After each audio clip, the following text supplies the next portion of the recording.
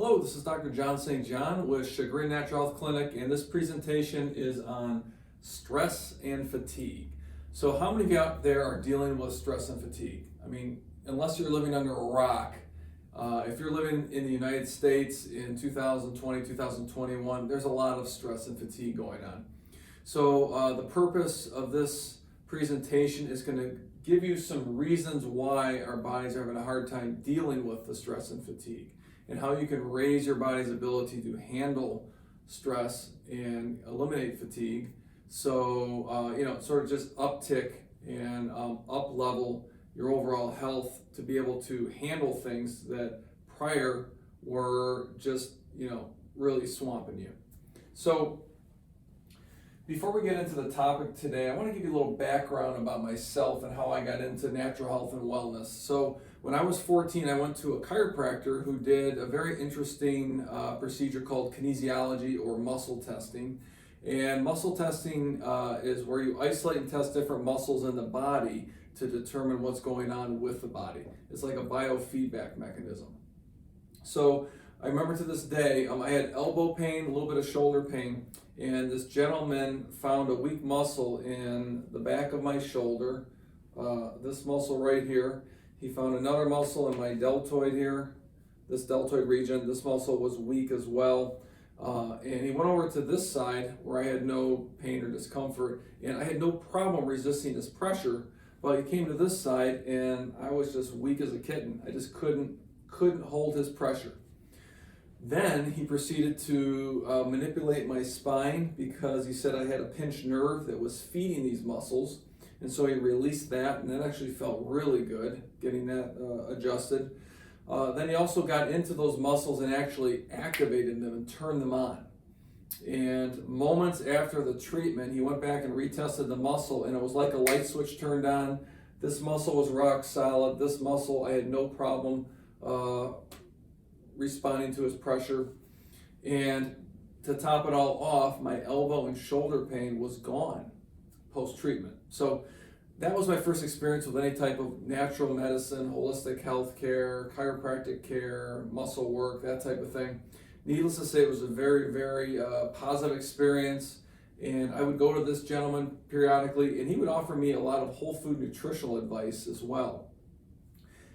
Back in the day when I was in my late teens, early 20s, he was talking about how it's not egg yolks and red meat that cause high cholesterol. It's too much sugar and starch and carbs, basically, which is out in the mainstream now more and more. But back then it was like, really cutting edge. He talked about whole food supplements. He talked about how certain glands in the body aren't functioning properly, and nutritional support to those areas will help you with things like stress and fatigue.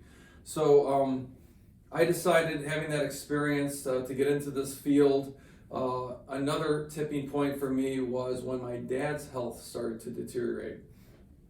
When I went to college on a baseball scholarship, I was in marketing and wasn't into the natural health field at that point as far as looking at it as a career. But when I graduated, my dad's health went down the tubes. He was a type 2 diabetic. He had a lot of problems with blood sugar and the problems with his feet, the feeling in his feet. He had neuropathy. His sight was going. All these from complications to too much sugar and starch over many, many years, which turns into diabetes. So the long and the short of it was he died at 62. He was on 12 medications. No one really discussed diet or nutrition. I did try at that point as a lay person to get him a juicer. I got him a stationary bike. I did what I could at the time with the information and knowledge that I had. But he was unfortunately in the medical model, and it just really didn't, get him where he needed to go with his health, and it just actually caused more and more problems. So when the dust settled with that whole experience, I decided to get into the natural health field because I figured, there's got to be a better way to handling people's health than medication. And what we consume, what we eat, we are what we eat, and so I decided to look into foods and looking at natural health and nutrition as a means to improve people's health and get to the cause of the health problem as opposed to handling some of the symptoms with medication. So I got into the field, graduated when I was close to 30. It's kind of like my second career after getting out of marketing for a while. Set up shop in Chagrin Falls and been in practice for 20 years. And our purpose at Chagrin Natural Health Clinic is to offer a drug-free approach to handling health issues. And that's what we do on a regular basis. Not only do we handle chronic fatigue issues, we address headaches, back, neck, joint pain, fibromyalgia, digestive issues, hormonal imbalances, infertility, the list goes on. Again, we're a one-stop shop for natural health. So that's my story. What I'd like to do now is get into the topic, and there are a lot of causes and reasons medically why someone could be suffering from chronic stress or fatigue. But one thing holds true, and that is that anything can cause anything in the body. Again, anything can cause anything in the body. It's all connected. So when we have a patient come in with stress and fatigue, we know for certain that there's going to be one or more organs not functioning properly. So we're going to have organ dysfunction. And we also know that we're going to have one or more nutritional deficiencies going on, because when someone has a health issue like stress and fatigue, you're going to be certain they're not getting the nutrients that they need, because if they're having chronic fatigue issues, their body's just not functioning like it should. So what we do in the clinic is we identify the exact nutrients that are causing the organs, glands, and body parts to not function properly, and that reverses this spiral, okay? When someone has chronic fatigue, that's not something that happens overnight. That's long-term nutritional deficiencies and organ dysfunction. So when we identify these and start feeding the body over time, usually over months, it takes months to repair and regenerate. It takes months for cellular repair. So when we feed the organs the proper nutrients, this will halt and reverse. Now, before I get into more how we do that, I'm going to erase stress and fatigue up here.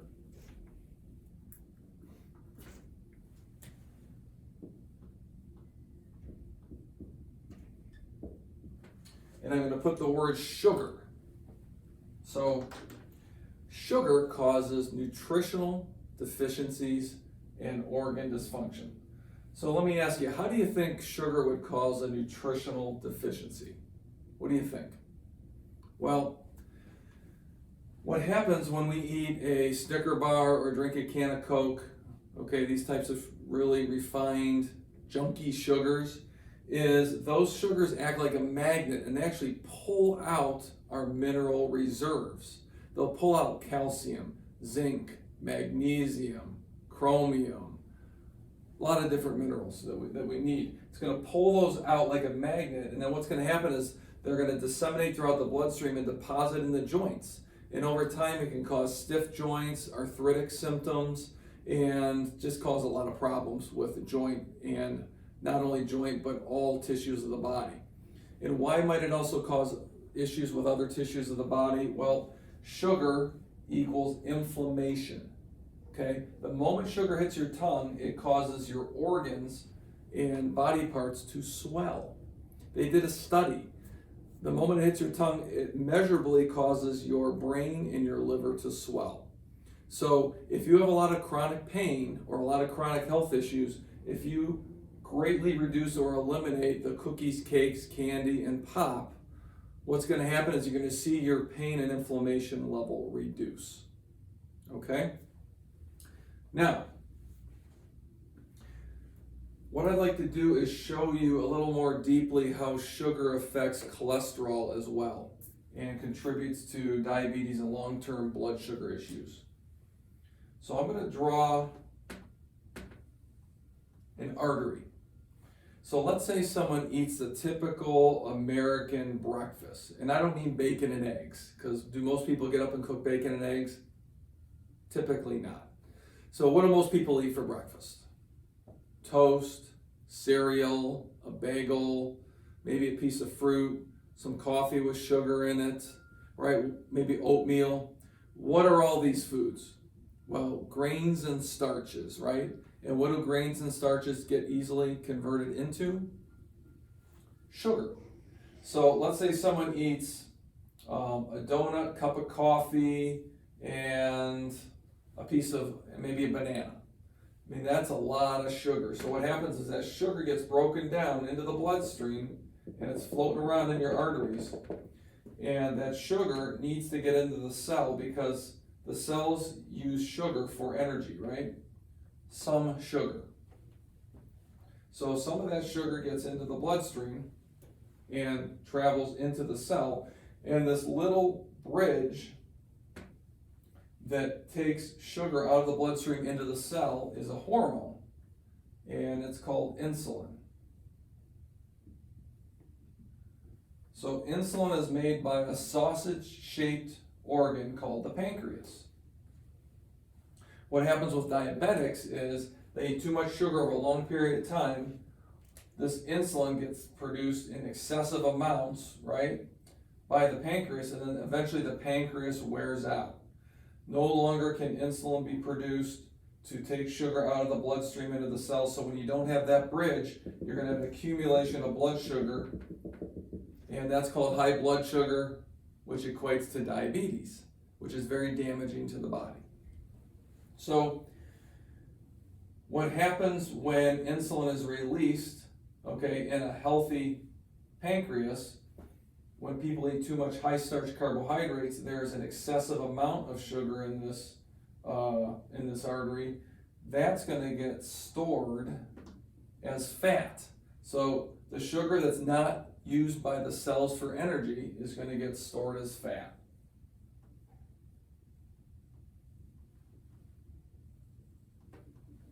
So how do you fatten a cow? Well, you feed them grain and corn, right? What is grain and corn? Well, high starch carbohydrate is sugar, right? Well, how do you fatten a human? Pizza, French fries, pasta, cookies, cake, candy, all those types of things. In fact, it's very difficult to get fat by eating protein and fat. Okay, so egg yolks, red meat, butter, those things are not going to make you fat. It's the high starch carbs. The other component here that happens when people eat excessive amounts of sugar and carbs and cause insulin to be released in excessive amounts is it causes cholesterol production in the body. Most people don't realize this, but at least 80 to 90% of the cholesterol in your body right now was actually made by your body. It didn't come from eating foods that contain cholesterol. So you don't get high cholesterol from eating egg yolks and red meat and butter, right? Those foods contain cholesterol. You get it from high starch carbohydrates, which stimulate insulin to be released, which stimulates more cholesterol production in the body. Okay? So the take-home message here is if you can reduce your sugar and carbs, you're going to reduce your insulin levels, which will stimulate fat burning and prevent fat storage, and it will cause the body to make less cholesterol, which is a good thing, right? Good. So when I want to just kind of segue into how we actually identify these nutritional deficiencies and organ dysfunction. And the way we do that is through kinesiology or muscle testing. And we use it as a biofeedback system. So what I'll do is I'll have a patient hold out their arm and I'll actually have them match my pressure, and I'm feeling for a lock or a barrier or a resistance from that patient. Okay? And when I feel that resistance from that patient, I realize I have a nice limb that I can use as a biofeedback system to find out what's going on with the body. Then what I do is I actually compress blood supply and nerve supply over different organs and glands that I'm testing. So for example, if I want to test the heart, I just put a little pressure over the heart. If I'm testing the liver, I put a little pressure over the liver. Here's the pancreas right here. Here are the intestines and the stomach. So I'm just actually compressing those while I'm pressing on the patient's arm. And if that arm is strong, we realize probably not a problem in that area. But let's say I'm pressing on that pancreas and someone has blood sugar problems, that arm's most likely going to go weak. And what's happening is the body is shutting off blood supply and nerve supply to this area a little bit, and it's enough to cause enough stress that it short circuits the nervous system, and we'll get a weak response. Okay, so for one person that has stress and fatigue, let's say, maybe their heart is weak. For another person, maybe it's their thyroid. You've maybe heard that if people have thyroid issues, they have a hard time with energy levels and a hard time losing weight, these types of things. They're very tired.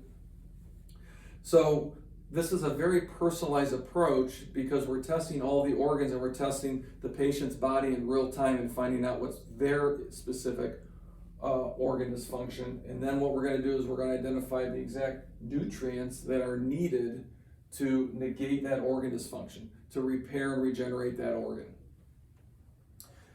So there's one other additional point that sets us apart with our clinical treatment style. Not only are we regenerating and repairing the organs with nutrients, but we're also looking for any stressors to that organ. Heavy metals can be a stress. We're exposed to heavy metals and chemicals in our environment on a regular basis. Food sensitivities. Maybe someone has a food sensitivity that's contributing to that organ dysfunction. Maybe someone has an immune challenge. Maybe they have a bacterial overload, a viral overload, parasitic situation. So we identify all these things through our procedures to take the stress off that organ so we can repair and regenerate it. Sometimes someone needs not only help with those stressors nutritionally, but then they actually need specific reparative nutritional support for the organ itself. So it's like a two-pronged approach there. Another thing that we do in our clinic to help support the nutritional side of things is we use chiropractic care. And I just want to go in briefly on how that works because there are a lot of misconceptions about chiropractors.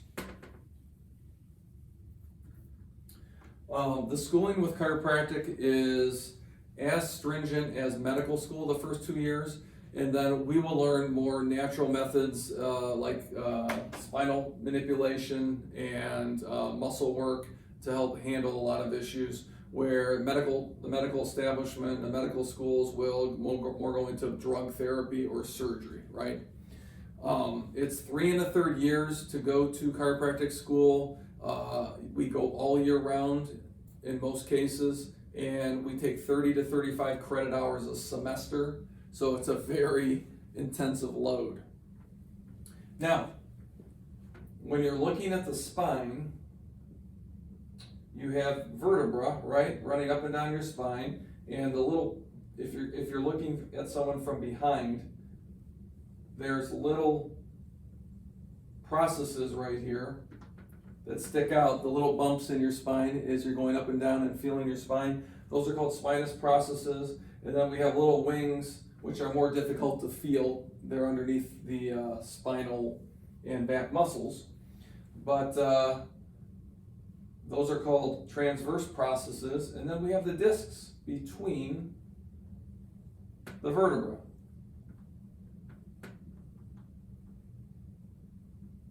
And the discs are like shock absorbers.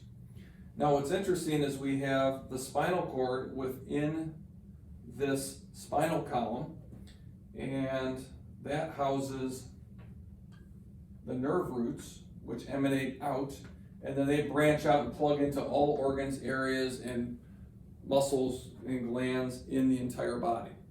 So this nervous system is the master control system of the body. It's plugging into everything, right? So the brain, the spinal cord, and the spinal nerves that branch out is your nervous system, that master control system. It controls all systems of the body. So when you have a misalignment in the spine, what happens is the little holes, which are partially made of the vertebra, what happens is you're going to get a little pinch in that nerve. It's like a kink in the hose, right? So what's going to happen to that information that's going to plug into organs, glands, and areas of the body? Well, it's either going to be irritated or it's going to be blocked. So when we make a spinal adjustment, what happens is it simply unkinks the hose. So that pressure is released, And it's not unusual for someone after a chiropractic adjustment to feel immediate relief in pain, a total relaxation, less inflammation, less swelling in a certain area. It happens on a routine basis in our clinic. So that's the premise of chiropractic. We are releasing interference in the nervous system, which controls the entire body. And when you release that nervous system interference, the body has the ability to heal itself. You know, the body has an innate intelligence. It knows how to heal itself. When you cut yourself, you don't have to think, heal, cut, heal, right? The body actually just heals itself. It knows what to do. It has an innate intelligence. So we, as chiropractors, release interference so that natural process can occur. At Chagrin Natural Health Clinic, we have this two-pronged approach with the nutritional side of things and the chiropractic side of things. And it's a 1-2 punch, and it's a great combination that helps with conditions like stress and fatigue. So in closing, if you have stress and fatigue or another health issue for that matter, ask yourself a couple questions. Number one, what am I doing now to address that condition? Number two, if I don't do something as far as making a change to improve my health, what's going to happen down the road? 6 months, 1 year, 2 years, 5 years to that health condition. Well, it's probably not going to change. What we like to do here at Chagrin is offer people hope, because we've helped many cases of most health conditions naturally. So if you're serious about your health and would like us to help you, we're available. Normally our evaluations are $180, but we do offer currently a $47 evaluation, and that's going to give you plenty of time with myself, Dr. St. John, to do a full chiropractic and nutritional analysis, gather some information about your health, and then we will type up a report of our findings and let you know what we can do to help, how long it takes, costs involved, and that type of thing. Typically, a chiropractic evaluation and visit is $80. A nutrition visit is $62, but we have a sizable discount for patients when they're on a program with us. So we're here to help if you need us. Hopefully this was informative to you and got you some useful information to improve your health.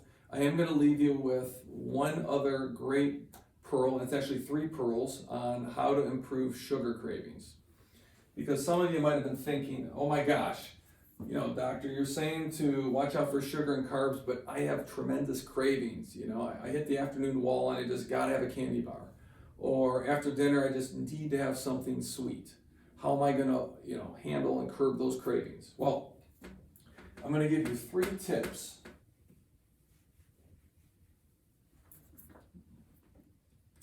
So the first tip when you have a sugar craving is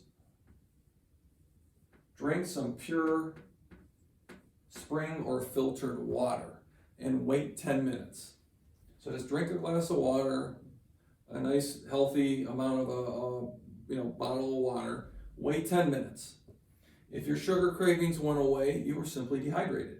A lot of times dehydration, the body throws out a craving for sugar for some reason. But if you drink water, that can often curb that. So give that one a try.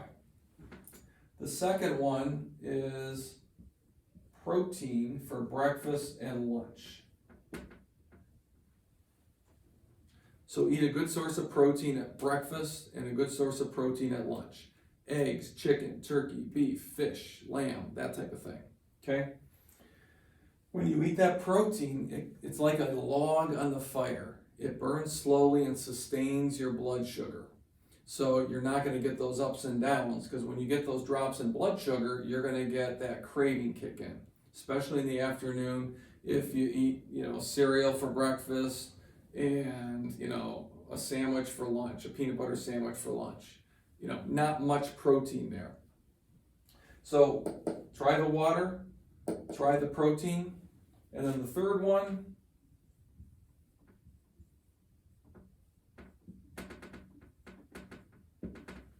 pickles. Pickles or fermented foods like sauerkraut, and preferably raw pickles or sauerkraut. There's a good brand called Bubby's Pickles. They sell it locally here at Heinen's, but you can get it probably at Whole Foods as well. But Bubby's Pickles, they're fermented, they're low in sodium, and they're very good for curbing sugar cravings. It balances out the pH of the body, helps the gut bacteria, the friendly gut bacteria, the probiotics in our gut that are so important for immunity and health. So try pickles or some type of fermented food. Just take one pickle after dinner, or maybe a mouthful or two of a fermented sauerkraut, and see your sugar cravings reduce. Okay? So hopefully this was helpful. Thanks for showing up. Thanks for listening to this. Please share and like this if you think this would be beneficial to other folks. And we're going to sign off. Take care.